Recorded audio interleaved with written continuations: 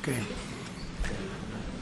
Well, thank you very much, everybody. It's a real honor to welcome all of you to the White House, the famous Oval Office, and we award the first ever Medals of Sacrifice to 3 heroic law enforcement officers from Palm Beach County, Florida.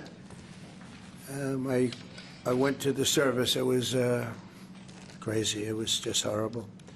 Earlier today, Congressman Brian Mast, who's right here, introduced a bill to ensure this new medal will be awarded to any law enforcement officer or first responder who gives his or her life in the line of duty. I also want to recognize Laura and Eric Trump for their work to make this medal reality. Thank you, Laura, and thank you, Eric. Appreciate it very much. Thanks as well to Attorney General Pam Bondi, who's with us. Pam, thank you very much. I appreciate it. So busy. She's so busy, but you wouldn't miss it. Secret Service Director Sean Curran. Sean, wherever you may be. Hi, Sean. Congressman Byron Donalds, State Representative Meg Weinberger, and Dan Newland. Thank you. Thank you, Dan. Thank you, everybody. Thank you, Byron. Thank you, everyone. Really great that you're here. I also want to express our gratitude to Major Paul Vercoda. Where is Paul? Paul. Thank you, Paul. Captain Ryan Mugridge.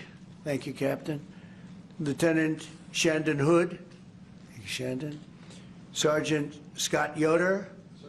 Thank you very much, Sergeant. Deputy Sheriff Christopher Farron. Thank you very much, Christopher. And Deputy Sheriff Chris Cameron. Thank you very much. Thank you. And all of the Palm Beach Sheriff's Office. We have many people here representing that incredible office. I know it very well. Very special thanks as well to Alexander Arnault, who's a tremendous person with his father, who they own Tiffany, and they really devoted a tremendous time and effort to helping us design this beautiful medal. And thank you very much, Alexander. I appreciate that you came all the way from France, and the incredible team at Tiffany & Company. And Tiffany is doing great. He's a fantastic leader. You know all about the fantastic, the great Arnault family. And the fact that you came for this is a very, very meaningful, actually. It's really incredible. But for crafting this beautiful medal, and I know he looked at it and he worked on it, and he had his best people working on it, and people are loving it. And this will go on for a long time. You'll be making that medal for a long time. Unfortunately, in one way it's very sad, but we properly respect the ones that have lost their lives. Today we also remember 3 remarkable heroes who will become the medal's first ever recipients. It's a big honor. Corporal Luis Piez Jr., Deputy Sheriff Ralph Butch Waller Jr., and Deputy Sheriff Ignacio Dan Diaz. And thank you very much. You're represented by family members who are, I was there with them. That was devastation. They were devastated. We're profoundly grateful to be joined by their loved ones. Corporal Piez's former wife, Doris. Thank you, Doris, for being with us. Thank you very much. Thank you. And his son, Cameron, good-looking son, too. Deputy Waller's wife, Denise. Thank you, Denise, very much. And Deputy Diaz's daughter, Alexandria. Thank you. Thank you very much. I want to thank you all. And the 3 officers we recognize today were close friends. They were really close friends and colleagues, and together they dedicated their lives to protecting the people of Palm Beach County and well beyond. And they were beloved by everyone and respected by all. Really, really top-of-the-line people. Countless times when I was in Florida, they proudly saved, and they saved a lot of lives. They were going around saving a lot of lives. Their reputation was incredible. They served in motorcades for presidents, called presidential motorcades, a very dangerous job, actually, and I was deeply honored to attend their memorial service last year. In a horrific accident in November, the 3 officers were working to restart one of their motorcycles on the shoulder of a road when they were struck by a SUV, struck dead center, and all 3 perished from their injuries. Essentially, they perished immediately. This was a terrible tragedy. It shook the entire Palm Beach community like very, very few events I've ever seen. All of Florida mourned their loss, and today our entire nation joins in honoring these three incredible patriots taken from us much too soon, much, much too soon. To Doris, Cameron, Denise, Alexandria, and to all of those who love these brave men, we are deeply sorry for your loss and eternally grateful for their sacrifice, their great, great sacrifice, just respected by everybody. We'll never forget their legacy, and we will never forget the debt we owe all of these great law enforcement heroes who have given their lives to keep our community safe and make America strong again. We have so many unbelievable people in the police department and other departments, first responders, firemen, a lot of brave, incredible people. And I'd now like to ask my son, Eric Trump, to say a few words, followed by Congressman Brian Mast and Alexander Arnault, who's going to be giving out the medals. And then I'll present the medals of sacrifice. Thank you very much, everybody. Thank you for being here, too. Thank you. Please. Mr. President, thank you very much. My father and I attended that funeral that day, and I can't tell you how moving that experience was. And one simple question was asked: why is there no medal of valor, medal of sacrifice that commemorates law enforcement officers, first responders who have fallen in the line of duty? And Congressman Mast, he was there with me that day. He was with my father, and we said, we're going to take care of this problem. We're going to get involved. And the first call that was made was to the great Arnault family who owns Tiffany's, and they said, without hesitation, that they'd be honored to design something absolutely beautiful that's a tribute to these incredible officers, these incredible EMS responders. And here we are, roughly 6 months later, with something that's truly beautiful. I want to thank the Tiffany's family, the Arnault family, for all the work they put into their entire team. I can tell you this has been a nonstop effort. I want to thank the Congressman. Without the Congressman, his staff, we would not be here today. I want to thank the President for allowing us to do this. It's such an important mission. This medal is going to be given for hundreds and hundreds of years to come. And last but not least, I want to send, on behalf of this entire nation, on behalf of our entire family, the incredible families of the Palm Beach Sheriff's Office and your incredible families. They made the ultimate sacrifice, and know that we all appreciate their dedication. Many of us knew them, have met them, and we love them very much, and I'm sure they're missed. But today, hopefully, this is a great tribute to them, and I know, because of our wonderful President, that this medal will be given out for many years to come. Thank you very much. I would just start by thanking all of our law enforcement officers. The job is always dangerous, and you do it still every single day. And I would thank the families, because the job, as you are a reminder of, is often deadly. And I would thank you, Mr. President, because for the first time in our nation's history, you're willing to say to all of our first responders, all of our law enforcement, all of our firefighters, we're going to recognize that sacrifice from the office of the presidency for each and every one of them. And that's never taken place before, that recognition, that it's a job that's always dangerous and often deadly, and there's a debt that can never be repaid, but you're willing to recognize that debt. So thank you, Mr. President, for recognizing the debt. Thank you. Mr. President, Congressman, thank you very much for involving Tiffany in this process. We're very honored to having made these medals. Tiffany is a jeweler, as everyone knows it, but also a maker of American heritage. We were making the Medal of Honor in the 19th and early 20th century, and it's only natural that we followed with this heritage, just as we work on other very important American heirlooms. This medal was made in Providence, Rhode Island, in our largest factory in the U.S., out of silver, plated in 24-karat gold, just like the ceiling of this office, and represents the coat of arms of the United States. Mr. President, thank you very much. Thank you very much. Byron, would you like to say a few words, please? First, to be brief, to the families, we are so sorry for your sacrifice.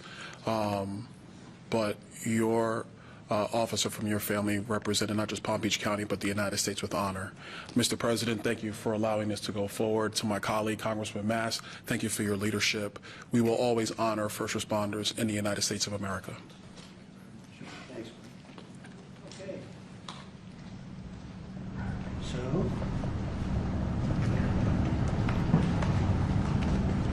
you want to help us out with this? You're the one who made it. That's beautiful.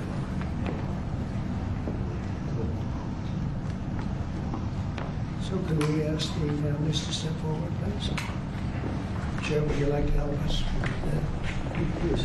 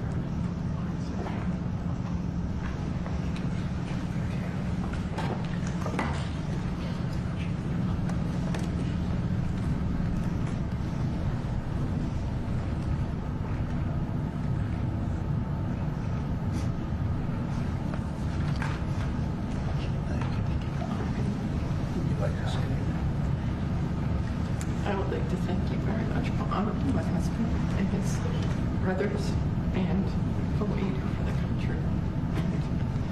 Making this so very special for them and for all the people to come. It's a club you never want to be in, but you honor them and it just means the world. Thank you. Thank you for everything. Thank you very much. Appreciate it. Thank you. Can I just say something about your father? Do you want me to go over there or here? To the I viewed my dad as Superman, someone my whole life you look up to. He's an amazing guy, and it's horrible that this happened to all three families.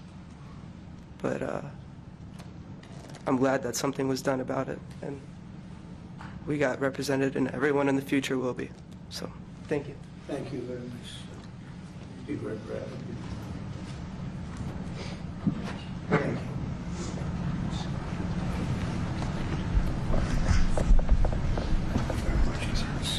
Thank you, Mr. President. Thank you very much. Thank you very much.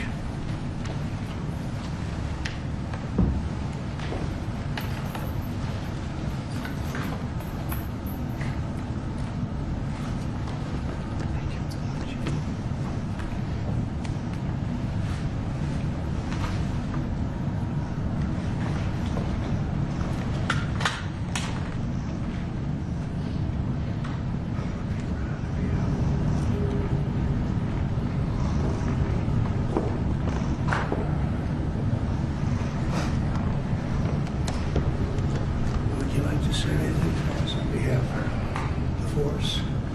Would you like to say something? It's a very tough thing to do. Would you like to say something? Yes. Mr. President, on behalf of Sheriff Rick Bradshaw and every member of the Palm Beach County Sheriff's Office, we can't thank you enough for taking the lead on this and recognizing the extreme sacrifice of our three brothers. Words really can't express how thankful we are. Thank you very much. And we have a fourth, and we're going to give this to you. Hopefully, it's maybe never going to be given out. So we'll give it to Sheriff Bradshaw, who's an incredible sheriff.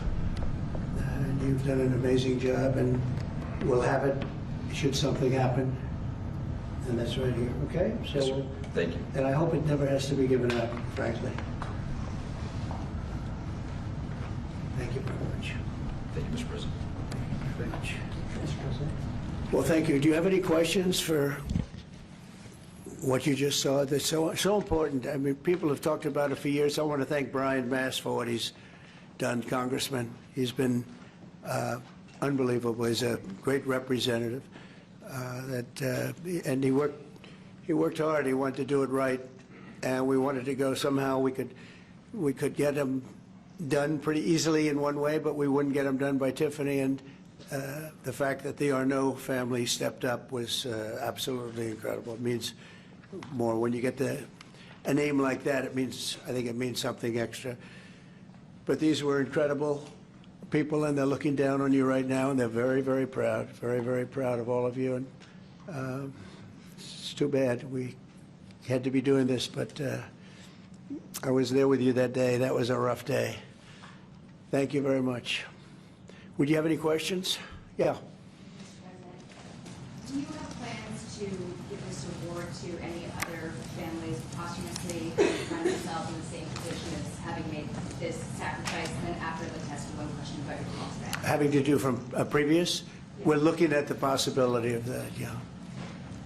You had a lot of people die in the line of duty when you think of it.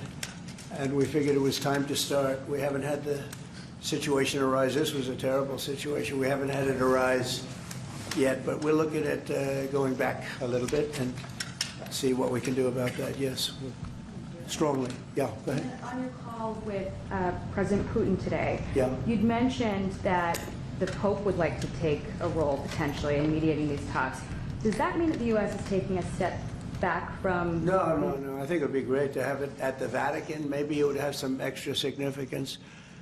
And I saw that it was discussed yesterday, so I thought, and people told me that they'd be honored to do it. I would imagine they would be. So, no, I think it would be maybe helpful. There's tremendous bitterness, anger, and I think maybe that could help some of that anger. So having it at the Vatican would be, in Rome, would be I think it would be a great idea. Thank you. Mr. President, as you know, can I say... Go ahead. Mr. President, as you know, 2.5 months ago, Ukraine, President Zelensky agreed to that 30-day ceasefire that's been on the table all of that time. What was the extent of your conversation with President Putin today about having him agree to that same 30-day ceasefire proposal that you, Mr. President, put on the table?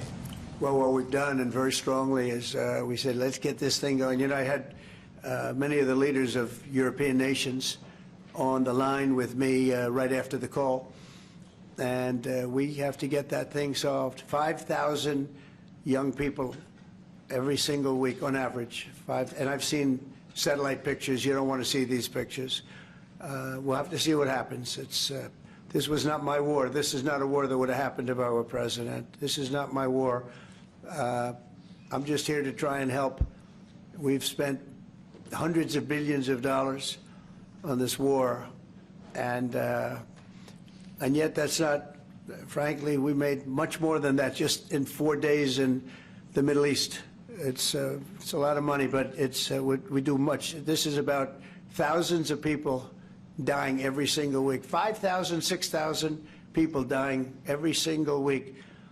And just like you have the relatives here, wives and children and everything, you have, these soldiers, they say goodbye in Ukraine and in Russia, and then their parents never see them again, except maybe in pictures of horrible scenes, because I've seen some scenes, I've never seen anything like it.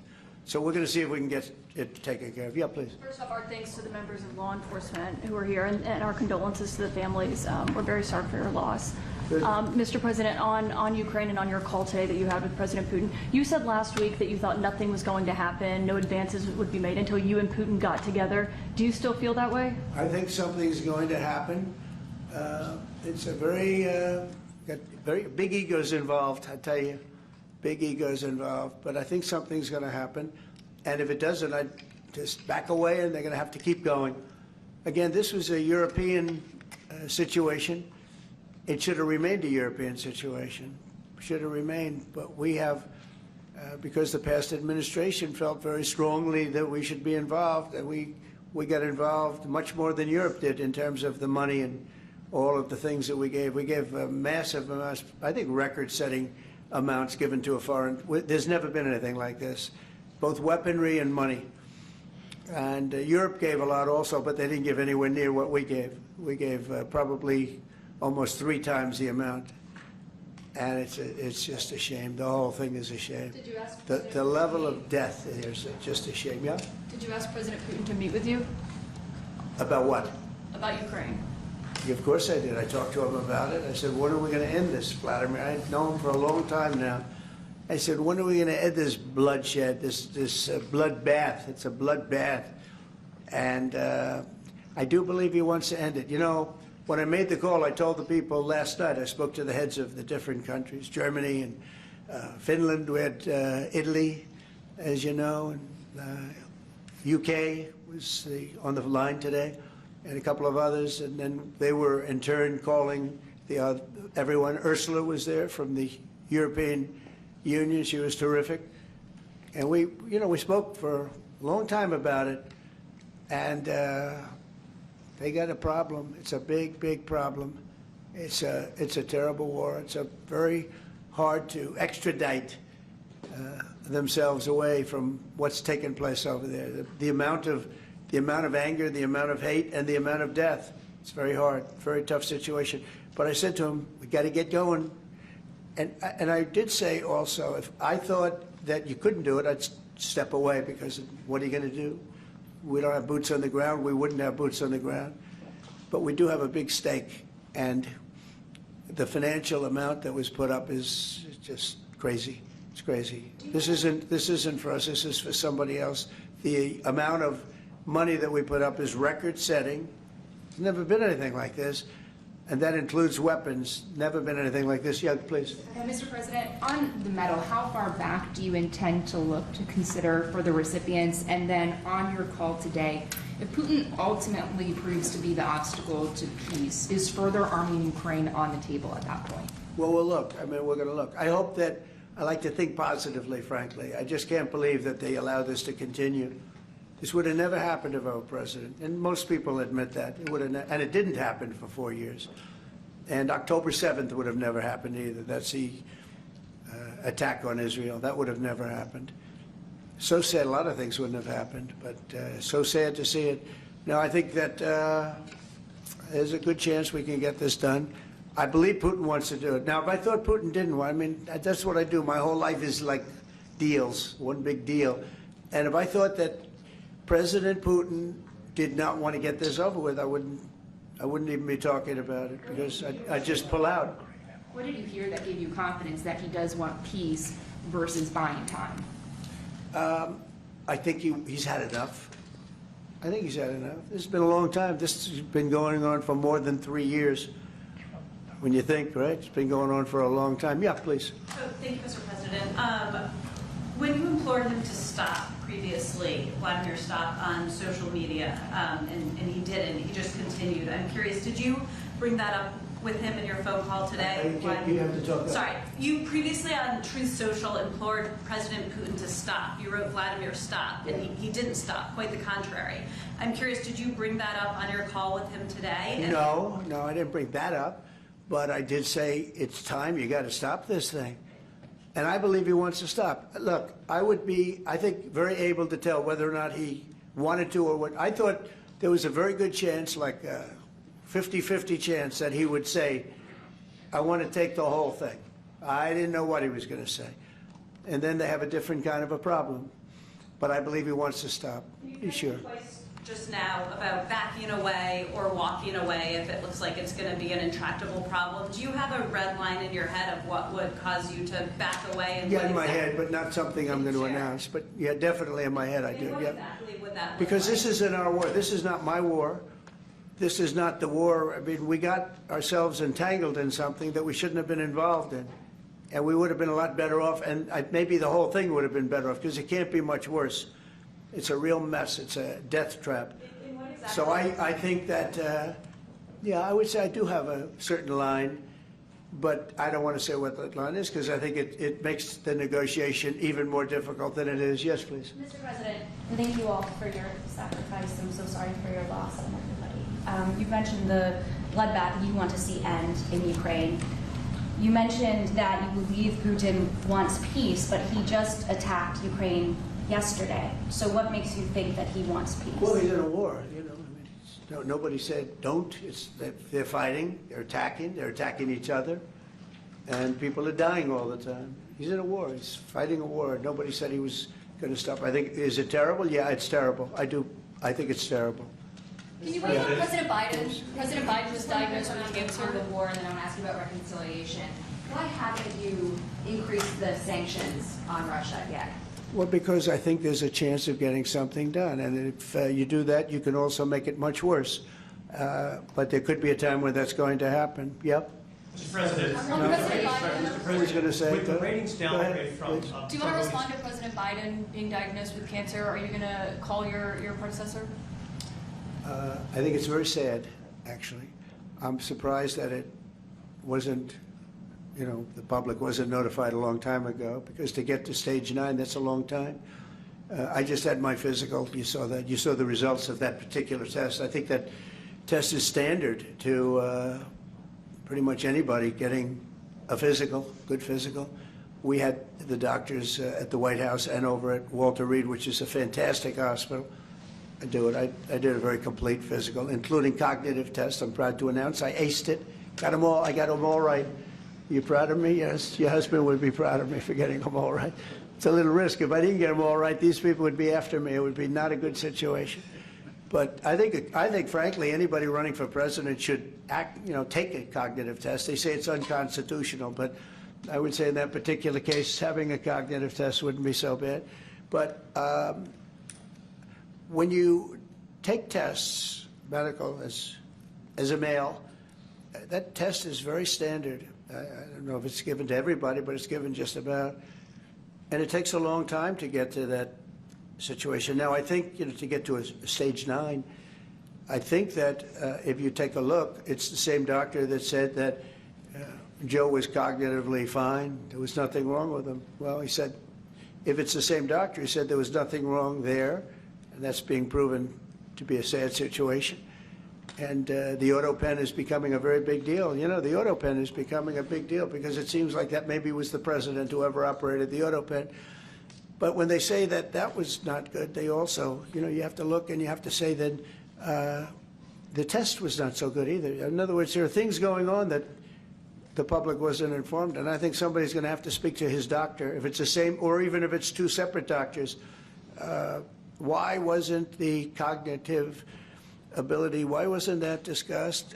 And I think the doctor said he's just fine, and it's turned out that's not so. It's very dangerous. Look, this is no longer politically correct. This is dangerous for our country. Look at the mess we're in. You're talking about all these questions on Ukraine and Russia that would have never happened. As an example, if I were president, it would have never happened. The other thing is you have to say, why did it take so long? I mean, this takes a long time. It can take years to get to this level of danger.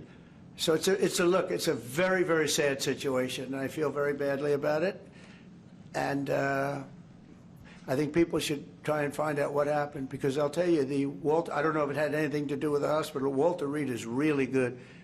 They're some of the best doctors I've ever seen. I don't even know if they were involved, but a doctor was involved in each case. Maybe it was the same doctor, and somebody is not telling the facts. That's a big problem. President Zelensky of Ukraine says that the Ukrainians are ready for a ceasefire. They're ready for peace negotiations. In your mind, is Ukraine doing enough to get this peace? I'd rather tell you in about 2 weeks from now, because I can't say yes or no. I think, look, he's a strong person. Zelensky, a strong guy, and he's not the easiest person to deal with. But I think that he wants to stop. He's, not. It's a very bad thing that's happening over there. I think he wants to stop. But I could answer that question better in 2 weeks or 4 weeks from now. I hope the answer is that he wants to get it solved. I want to thank everybody very much, and on behalf of the United States of America, we greatly honor your family and your friends, and everybody that had to suffer so much. But you have some 3 great men that are looking down on you, and they're very proud right now. They're very proud. This is the Oval Office. and they're a big part of it now. They're a part of the Oval Office, the White House, and thank you all very much. Thank you. Thank you, Sheriff, for coming. Thank you very much, everybody. Thank you.